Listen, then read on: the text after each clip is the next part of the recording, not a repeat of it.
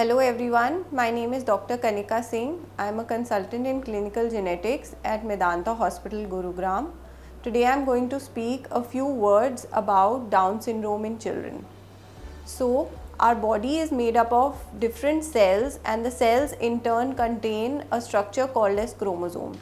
Down syndrome occurs when children have an extra chromosome 21 in all cells of their body, and it happens approximately in one in every 800 babies that is born. Because of this, they have looseness in the muscles, a condition known as hypotonia, because of which they may hold their neck late, may sit or walk late. Sometimes they may have some development related issues, or they may have issues related to the thyroid, cardiac defect or hip dysplasia. So when we see a child or a baby who we think may have Down syndrome, it is very important to confirm it by testing, because sometimes some children of certain ethnicities or some other genetic disorders which may resemble Down syndrome can also look like Down syndrome. So it is important to confirm it before we can say that the child actually has Down syndrome.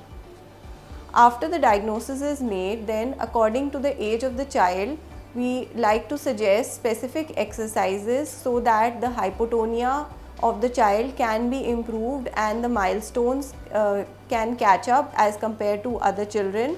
If thyroid issues are identified, then we like to give medicine for that, and we like to rule out a cardiac defect. In case a cardiac defect is found, then a pediatric cardiology referral becomes essential. We like to address the issues that the parents have, such as about the schooling of the child, how to make the child more independent, and how to bring out the maximum potential of the child, as well as regular screening which these children need for issues that come up as the child grows. Sometimes the parents or families have questions about recurrence risk, about whether it will happen in future children or not.